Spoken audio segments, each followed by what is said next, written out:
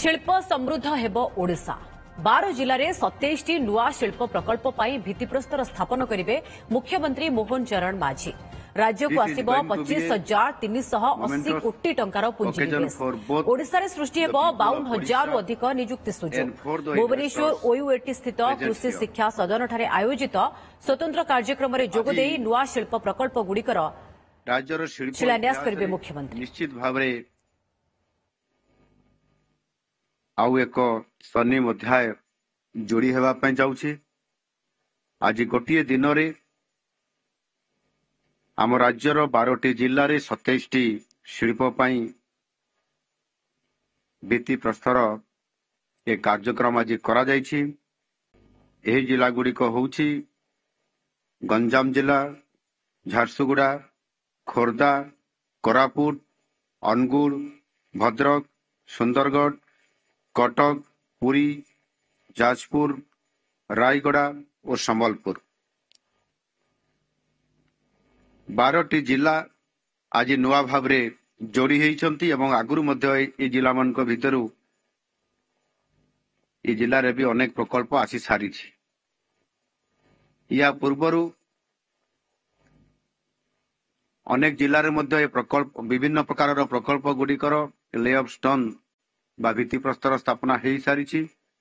आम ओडिशा रे प्रतिष्ठित थिबा 30टी जिला मध्यरु 3टी जिला को केवल छाड़ीदेले बाकी 27टी जिले रे विभिन्न प्रकार शिल्प प्रकल्पर भित्ति प्रस्तर स्थापना हो सारी। आज को मिसेला 27 जिला को टच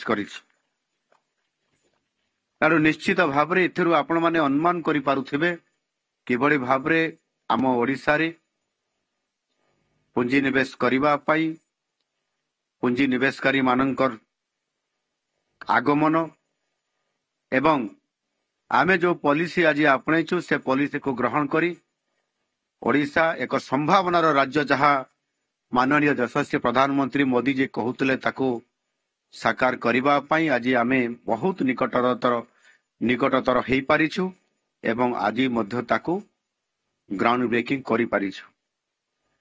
विशेष करके आज ये कार्यक्रम नेला परे पूर्व ओडिशा रु पश्चिम ओडिशा दक्षिण ओडिशा यही भली भाव में राज्यर प्रत्येक अंचल को एक तृतीयांश रु अधिक अर्थात आजिर केवल 12टी जिला आमे अधिक जो शिल्पायन योगदान करैबा क्षेत्र में बड़ भूमिका निया जाई पारिछि एवं यही प्रोजेक्ट गुड़िक आज जो गुड़िक आम कर सक्षम होइछु से गुड़िक होची रिन्यूएबल एनर्जी इक्विपमेंट बयन शिल्प फार्मा केमिकल्स यही भली भाव में अनेक हाई भैल्यू सेक्टर ये शिल्प समूह आगामी 1.5 वर्ष भितर 2 वर्ष भितर सबु प्रकल्प गुड़िक ताहार आज जमती आम तार भित्ति प्रस्तर स्थापना आज करिसंती आपण मानकर उपस्थिति रे सेदिन आमे तार शुभारंभ हेब आमे ताको लॉन्चिंग ये कार्यक्रम को बा ये प्रोजेक्ट को आमे करई परिबा। ये जो 27टी प्रकल्प आज भित्ति प्रस्तर तार स्थापना करागला एथिरे 25,000 कोटी टंका विनियोग करा जाउछि। एहा द्वारा प्राय 52,000 युवक युवतींकर पाई नियुक्ति सुजोग सृष्टि हवा एक प्रकार सुनिश्चित हो जाइछि। एठारे मु गोटिए कथा कहबा को चाहे जे गोटिए कारखाना केवल एक प्रकल्प नुहे पाई एक निश्चित भाव रे कहा जाई पारिबो एक विकासर प्रतीक। एणु आमे एहा को जदि देखिबा ताले निश्चित भाव रे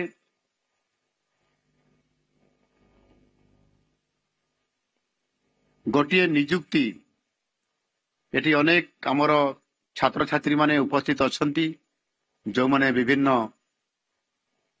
कॉलेज रे विभिन्न टेक्निकल इंस्टीट्यूट रे समाने अध्ययन करुछंती। ये निजुक्ति जते बळे समाने गोटे पाइबे और सेही परिवार रो किभଳି भाबरे भाग्य परिवर्तन होउछि। आउ आज जेतिकी आमे युवक युवती को आज निजुक्ति आम ଶିଳ୍ପ ଉଦ୍ୟୋଗୀ ମାନଙ୍କର ମାଧ୍ୟମରେ କରାଇ ପାରିଛୁ, ସରକାରୀ ସ୍ତରରେ ମଧ୍ୟ କରାଇ ପାରୁଛୁ। ୟାକୁ ଯଦି ଦେଖିବା ତାହେଲେ ନିଶ୍ଚିତ ଭାବରେ ଓଡ଼ିଶାର ଆମ ଓଡ଼ିଆ ଯୁବକ ଯୁବତୀ ମାନଙ୍କର ଭାଗ୍ୟ ଆଗାମୀ ଦିନରେ ଆହୁରି ଉଜ୍ଜଳ ହେଉଛି। ଆହୁରି ମଧ୍ୟ ଆମେ ସମ୍ପୂର୍ଣ୍ଣ ଭାବରେ ଯାହା କମିଟମେଣ୍ଟ ଦେଇଛୁ ତାକୁ ପୂରଣ କରିବା ପାଇଁ ମଧ୍ୟ ଯାଉଛୁ। ଆଉ ଇଏ ହେଉଛି ଆମ ଓଡ଼ିଶାର ଯୁବକ ଯୁବତୀ ମାନଙ୍କର ପାଇଁ ଭାଗ୍ୟ ପରିବର୍ତ୍ତନର ଗୋଟିଏ ବହୁତ ବଡ଼ ସୂଚକ।